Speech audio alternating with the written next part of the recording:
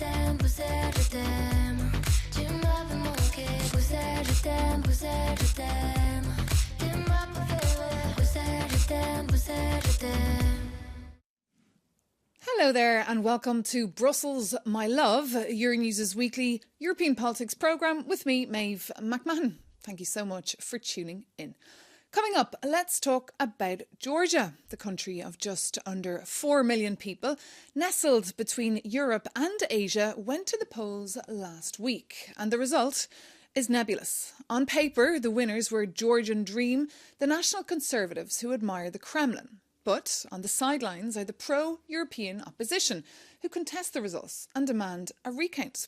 We take a closer look and get reactions from Brussels. And 1 year after presenting her growth plan to the Western Balkans, European Commission President Ursula von der Leyen toured the region. From Podgorica to Skopje, Tirana to Sarajevo, Pristina to Belgrade, she was clear.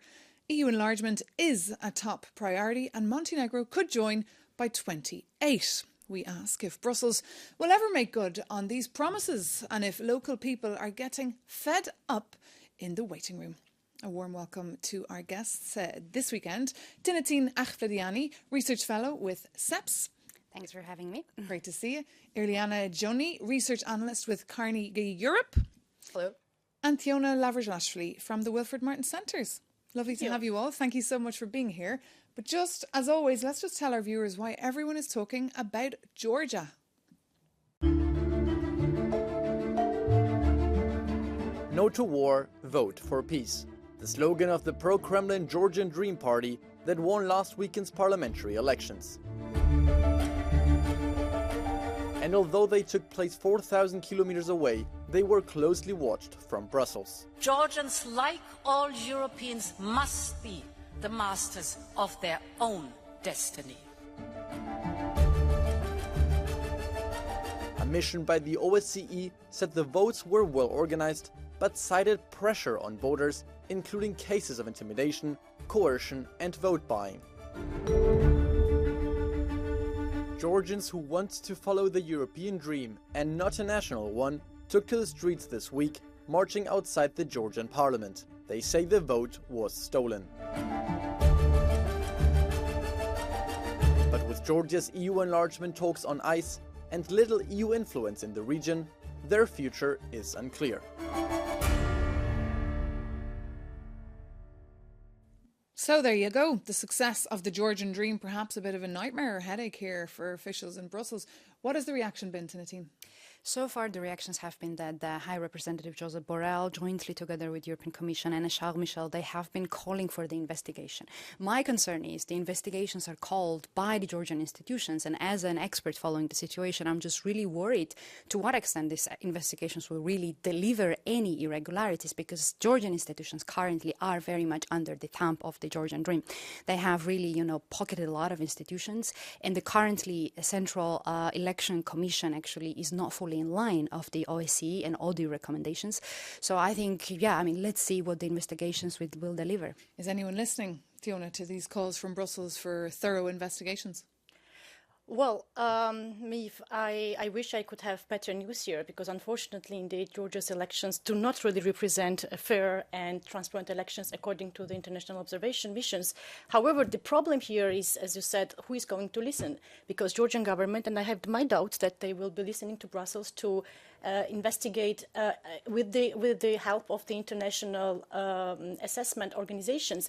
And frankly, there is an issue here, because in practice, we do not have any mechanism that will investigate this kind of frauds. And in this respect, I think that US partners, together with the EU, but also in relation and in collaboration with Georgian partners, they have to find a solution. But again, I have my doubts that Georgian government will be listening to Brussels in this respect. And this will have its implications, negative implications on Georgia's European aspirations. And we heard from Washington, D.C. as well, the State Secretary of State, Antony Blinken as well, calling for a thorough investigation.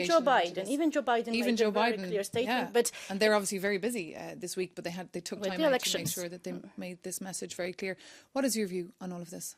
Actually, what I find quite worrisome is also the fact that Viktor Orban traveled to Georgia to congratulate on the election results. And what I see is kind of an internationalization of illiberals, which historically this internationalization has been kind of a trait of the left. However, despite fears of natural sovereignty from the side of the countries that have been voting to the right and to the far right, they seem to be united on their fronts, and with the elections coming up in the US, this will have wider implications not only for Georgia, but certainly for the Western Balkans as well, for Europe, and maybe even the world.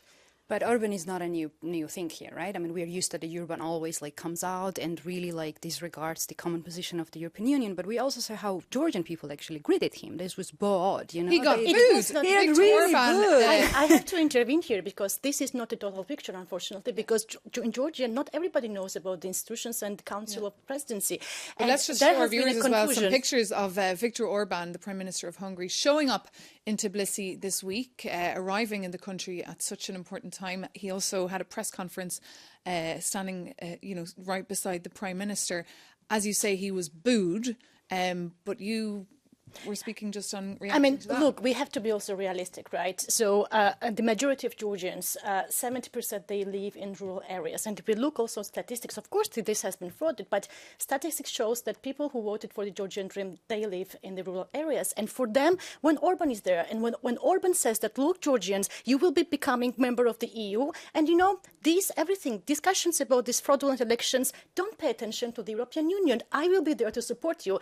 So they believe every word of course Viktor they Orban. do. And Prime Minister also basically said that we have had chairman of the EU Council presidency. So things looked rather European, and that is a big danger because this is also a danger to the EU's foreign policy cohesion. And we are speaking about the implications on the EU's response, not only to Georgia, but as you said rightly, to the enlargement package. And as we described earlier, the message from Brussels was very clear. Everyone was singing from the same hymn sheet, except for Viktor Orban, of course, who showed up and decided to have his own show there. But just to mention as well, the pro-Western president, Salome Zurabishvili, is also furious with the outcome. She called on Georgians to take to the streets this week. She said the ruling party used fraud to win those elections.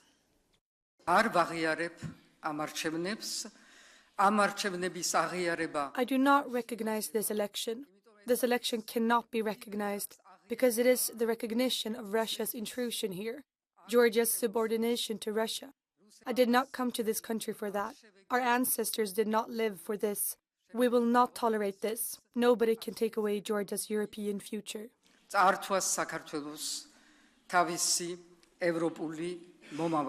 So the Georgian president there, Salome Zurabishvili, speaking alongside members of the opposition party. Looking at the situation there, Tina Teen, we're all wondering what is next for the country. It feels very unstable.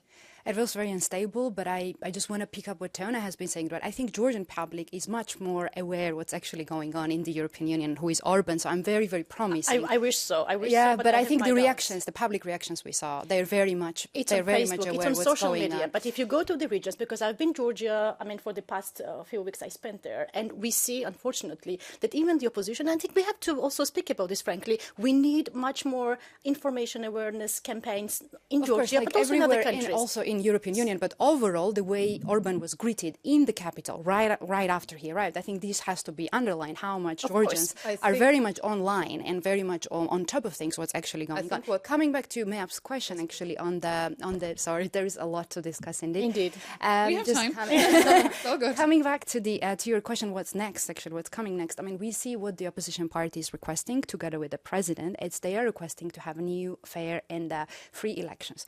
The question is how that is going to happen, right?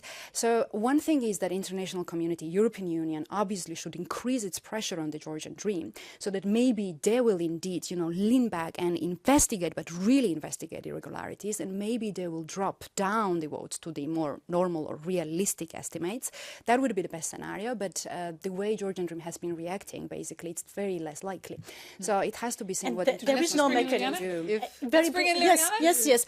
Wait. If I may, yes, I think one matter that complicates kind of how everything is perceived by the Georgian population is also the fact that the Georgian Dream Party has been presenting itself as a also pro-European party. Indeed. So Good there is point. lip service paid on one side to the EU, and then on the other side aligning with Orban that we can be in the EU, but we can also do whatever we want, a thing that has been kind of followed also in the Western Balkans, where we see actors such as Aleksandar Vučić very much pushing for the same kind of actions when engaging with all sides, so to say, and then taking whatever he can from all parties. That's the Serbian, of course, head of state, Aleksandar Vučić. Exactly.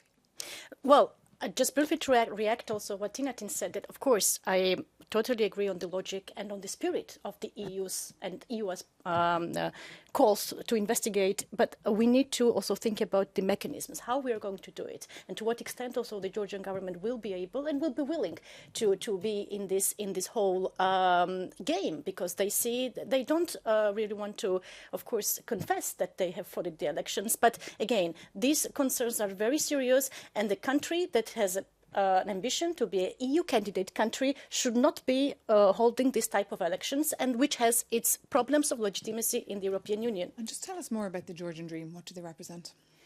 Well, the Georgian Dream has had the 3 consecutive terms. And of course, if you follow the developments, it was very less likely that they could give the power just very easily. And what we saw, all these vote buying practices, what we saw, the threatening, administrative abuse of their all administrative resources, this is not new. This has been observed, and this is reported in all the observation missions like OSCE and ODIHR, which are the main ones, and the past elections. So they entered this race with all those, very much mastered election manipulation techniques. Just to add, Mayab, what is actually very interesting is that the rigging of the elections in Georgia has been always happening before the election day. But what happened this year was that there was also rigging on the election day that nobody knows how to prove it. Why? Because over 90% of the votes for the first time in Georgia have been casted electronically. And this is a new scheme. And maybe there was some scheme that just nobody knows how to read it, how to investigate it. And so this has been the first time, so it's a debut there. And just on that point, actually, there was 8 members of the European Parliament who visited Georgia, and they joined up with the OSCE observation mission to monitor the elections. And I actually spoke to one of them. I spoke to the Spanish MEP, Antonio López Istúriz White, and he told me exactly what he witnessed. Take a listen.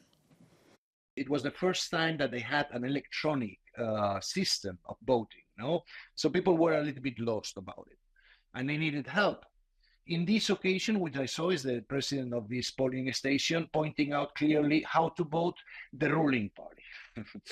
I was shocked when hearing from the own prime minister addressing to us the day before the elections, saying that the plan was to banning the opposition after the elections. I mean, this is something that you might understand. It was quite for a Democrat. For Democrats, it's shocking, to receive such direct and vocal, statement from the prime minister, Antonio López Istúriz there, the Spanish EPP MEP, visibly shocked, laughing nervously at what he saw. And this was in public. Liliana. Well, I am not very surprised with these developments, because we have seen such actions as well. In Serbia, for instance, we had elections last December 2023, and it was reported that the elections obviously were stolen. We had people driven in buses to Belgrade. We had apartments hosting over 50 people registered under these addresses so that they could vote, etc. But what is more worrisome, I think, is the fact that some months pass by, and then we see the EU directly engaging with the same actors with a very positive tone. And the citizens of Serbia then, of course, they lose the trust that they have towards the EU, because... And we're seeing that a lot, this double standards, right, adopted by the EU institutions. They're trying to please everyone. Well, yes and no, but in case of Georgia, I think that the EU will be rather serious. And I think it has to, because it's time really that the relationship goes into very much conditional base. And, okay, I can say that, of course, diplomacy can have also a chance, but with conditions. Georgian government and its actors, they have to accept the investigation of the results. And at the same time, they also have to respect the willingness of the majority of the Georgians, more than 80%, maybe. It's not a small number. You will not find any country in the EU and even beyond whose population is supporting this country so much. And that leads me to the point why the EU should not lose Georgia, because Georgia matters not only for the values, of course, because we are the bridge, we are the unique nation we're bridging Asia, Europe, but also with the energy routes, because of the trade routes. We are connecting Asia, China to the European Union. Well, just on the recounts, we're hearing that there could be recounts in a number of polling stations. Could that really happen? It really, really depends, because all the resources lie in the end at the hands of the Georgian Dream and the institutions they control. So, like, will they, lift their grip on that? So I don't know. I'm not fully convinced. Just to add what the EU could do, or what the EU's reaction should be. I mean, EU has plenty of things that it has not acted, right? Of course, EU statements have been strong, but EU also has hesitated to, for instance, impose sanctions. The targeted sanctions to the oligarch and his closest circles, while US went ahead, right? And they imposed the sanctions, but sanctions are still there. EU can definitely do that. I would not advocate using a visa suspension, a visa liberalization suspension, because that has disproportionate effect indeed on the citizens who are actually, fighting and fighting. They're still taking streets.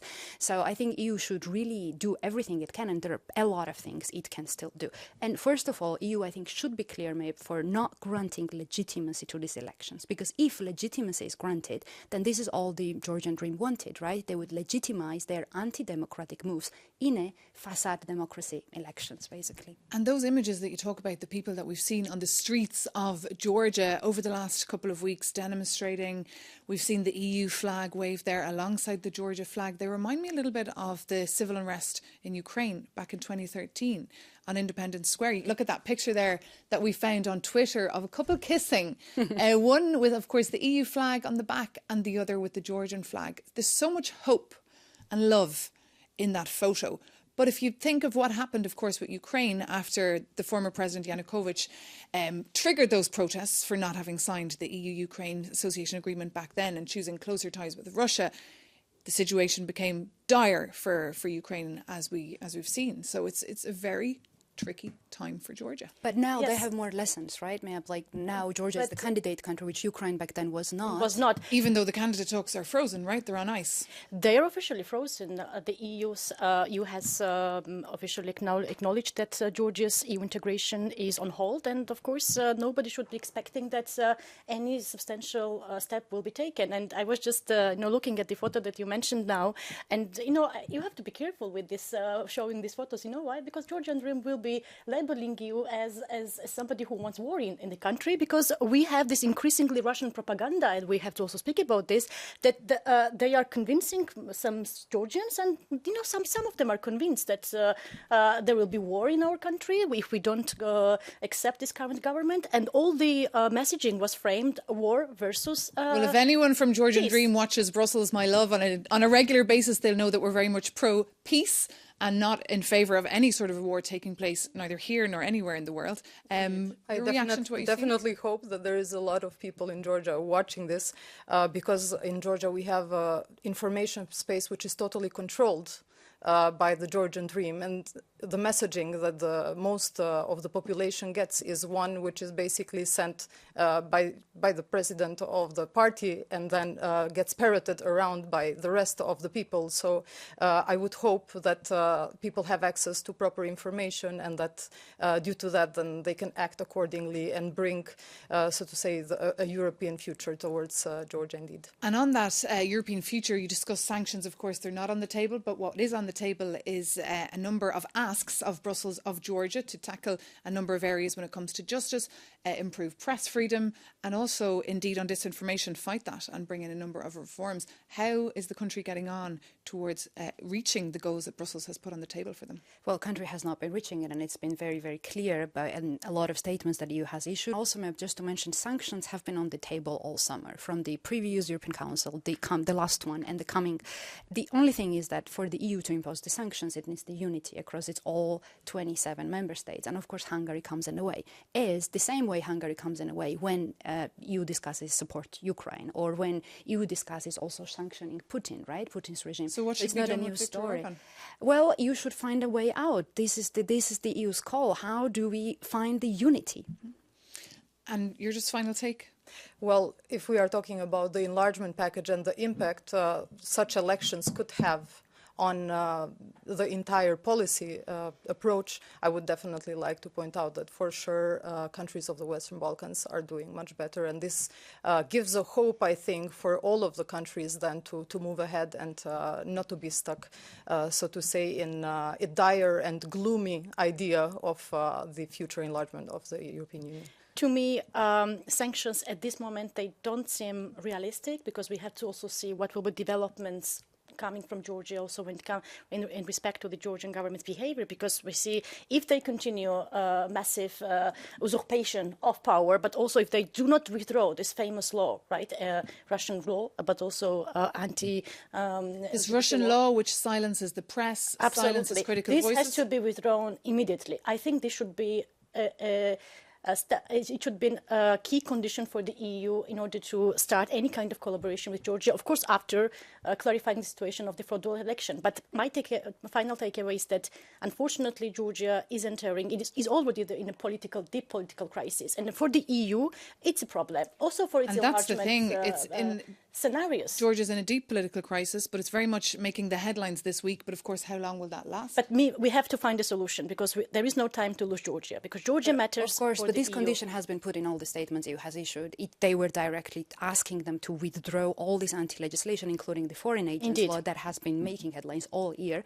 The thing is, how does the EU push Georgian dream to do it? And so my take was there are number of tools EU can do, and to increase the pressure on Georgian dream. So that has to happen. The Spanish MEP that we heard from earlier, the EPP, Antonio López Isturiz White, he said, of course, they'll be prioritising this point the next time they meet in the European Parliament, most likely coming out with a resolution. We'll have to wait and see what that resolution can actually change, but we will have to leave that conversation there. Thank you so much to our panellists for their insights and analysis. And you stay with us here on Euronews, because after a break, we'll be hearing about the European Commission President, Ursula von der Leyen's whistle-stop tour of the Balkans. We'll be finding out if locals are getting fed up of waiting in the waiting room. See you soon here on Euronews.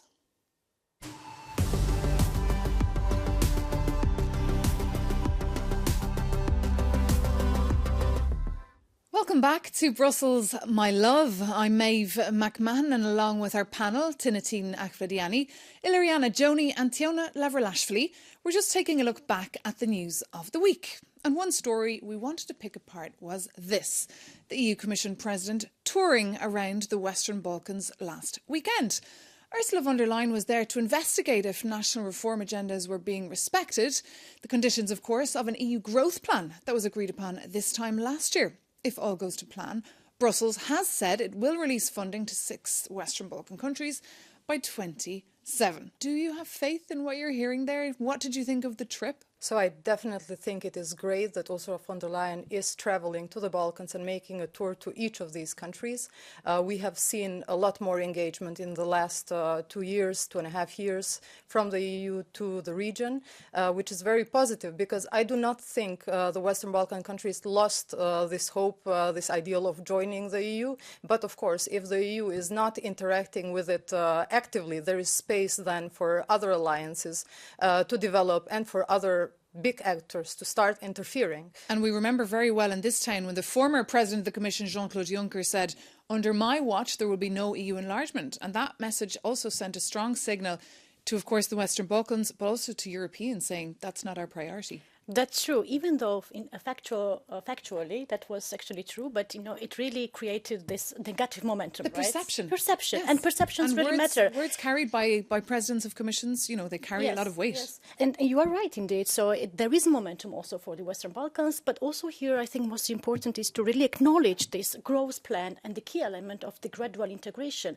because this will really help these countries. And I really hope that there will be a gradual integration in the single market and common regional market as well. What is also quite important to mention, here in Brussels we often talk Western Balkans, one blanket term, but these are 6 countries with very, very diverse political landscapes, and especially some of them are ex-Yugoslavian countries, one of them is not, Albania, and I don't think this diversification is always quite clear in people's minds. However, I think with the latest developments that we see, Montenegro moving quite strongly ahead with its reforms this year achieving the IBAR, this interim benchmark assessment report that allows for it to start closing chapters by the end of 2024. Then Albania opening the cluster 1, the fundamentals. These are very positive signals, and I think this will definitely bring even more momentum. And we're hearing as well from the Montenegrin ambassador that by 2028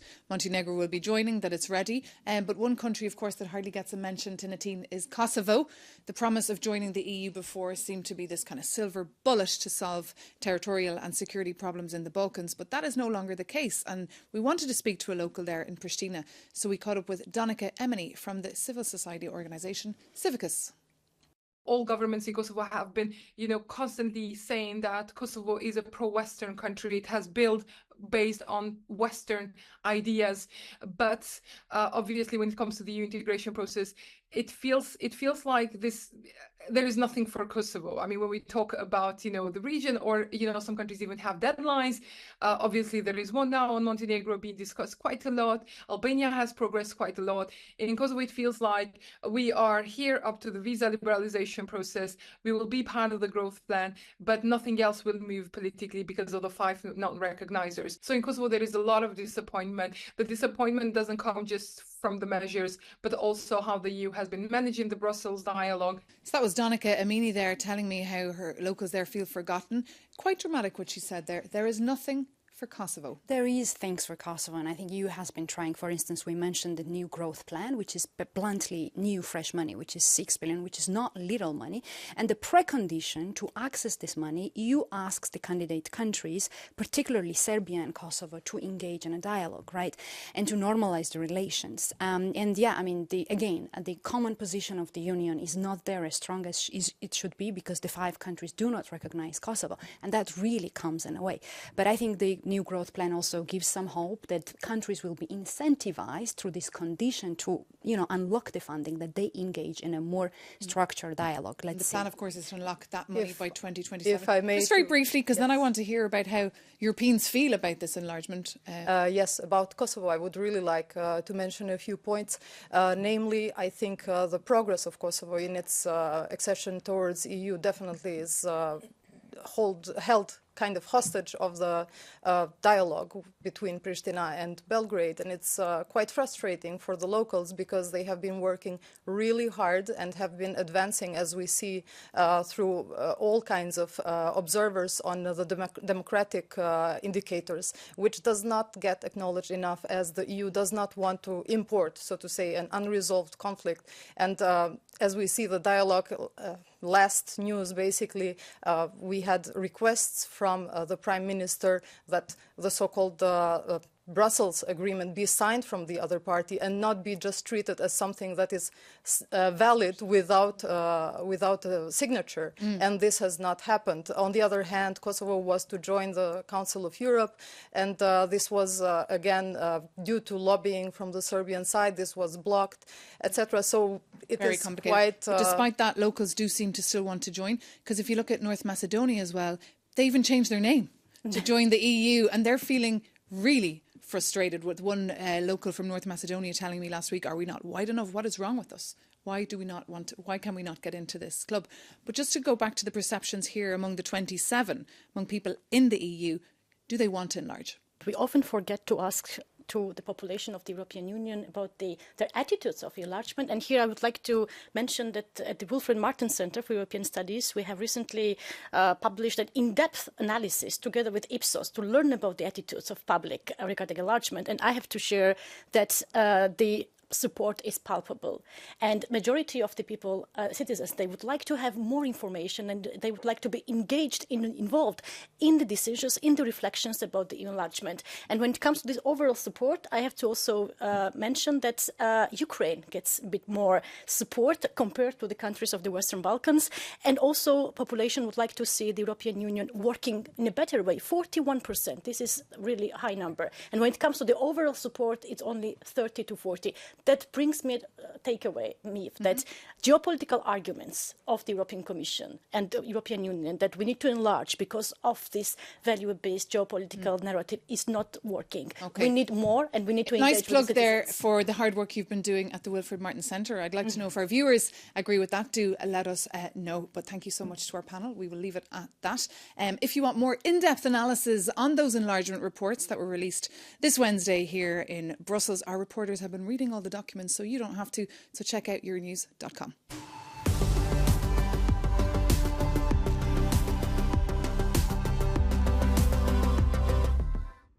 Hello there and welcome to Brussels, my love, Euronews' weekly show about all the news brewing here in Brussels.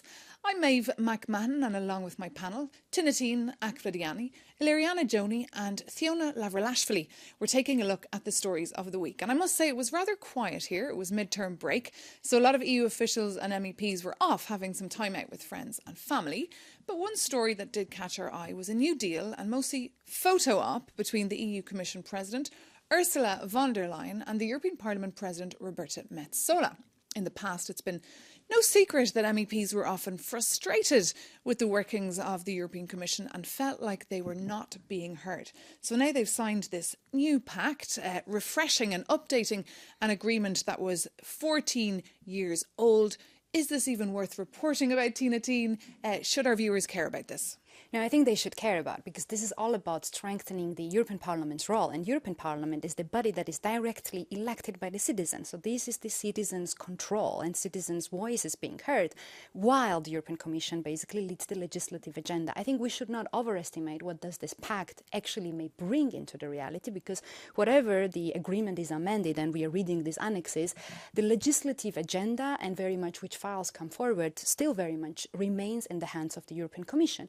However, every step that enhances the European Parliament to, democratize the legislative work of Brussels, I think should be seen very, very well and should be welcome from the citizens' perspective. And of course, we're all in favour of more transparency, knowing exactly what MEPs get up to. We remember, of course, the Qatargate scandal there recently, but we also wanted to get the opinion of an EU law professor, Alberto Alemano, who spends a lot of his time reading the EU treaties and trying to teach them to his university students. So let's take a listen to what he thought about this new pact. Under this new agreement, the Commission is formally taking such a commitment to actually listen, engage and respond to those proposals more than has been in the past. So overall, I think this new agreement suggests willingness by the incoming Commission to listen to the European Parliament more, to accept the European Parliament to actually exercise greater public and democratic scrutiny than in the past. And as such, I think it should be welcome. That was Professor Alberto Alemano there talking to me early in the week, welcoming this pact. And he's normally very, very critical of the EU institutions. Fiona, do you think this will change things for the better? Well, to be frank, of course there are positive sides of this agreement. This is a revision of the already existing agreement, right? But we have to see the implementation. But also we have to recall that this might take more time also for the officials to finalize the legislation. But also it's about resources. It's about also power balance, but because we should not forget about the legal basis, which there is a legal basis at this moment. But of course, depending on the implementation, there might be some tug of wars. Yeah, just on the timing, that was my first point, because of course with this deal we would see more European commissioners show up in European Parliament, more debates, more talking, but what EU citizens want is action. They want decisions taken fast. Well, I think what is also quite interesting is the fact that if until now the initiative on legislation was totally on the side of the Commission, now there will be also a space for the European Parliament to come up with proposals. Initiative still stays with the Commission, but as representatives of the people, I think this will bring the citizens of the EU much closer to the process, because we are here sitting in Brussels, and of course we are quite aware of what is happening. But you go even to a neighboring country. I was until recently living in Germany.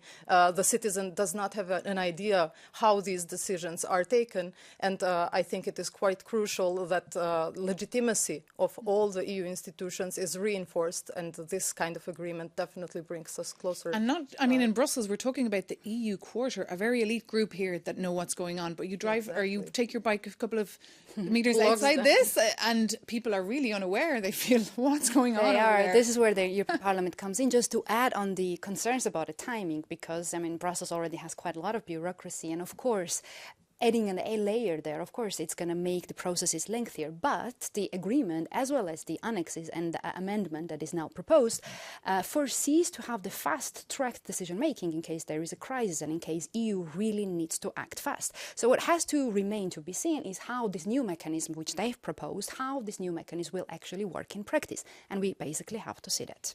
And just on the power play you mentioned earlier, will we see Ursula von der Leyen and Roberta Metsola show up together places, speaking with one voice? Yeah, there is a possibility, and there is highly anticipated, but also we should be observing the position of the Council that also might feel a bit sidelined in all this collaboration. But one That's Antonio Costa, just to mention the man who'll be taking that post up. But I think what matters here is really the vision. What is the vision behind this agreement? And I think that the vision is the unity.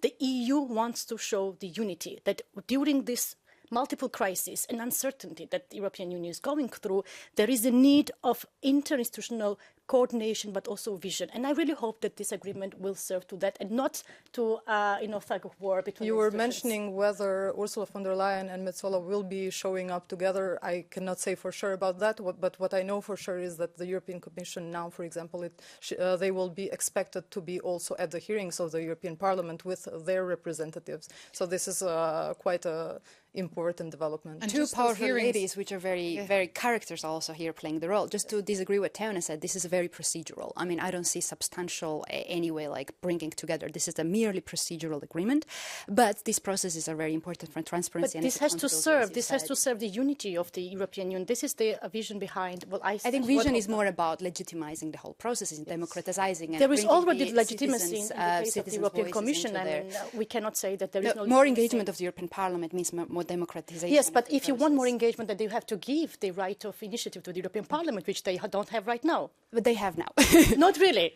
Not entirely. Not entirely. You mentioned those hearings. So just to let our viewers know, those hearings, so the interviews for the Commissioner designates from all the member states will be taking place this week. In fact, they'll be starting on the 4th of November. So do keep an eye on Euronews.com if you want more in-depth analysis. What do you think you'll be watching out for in these hearings?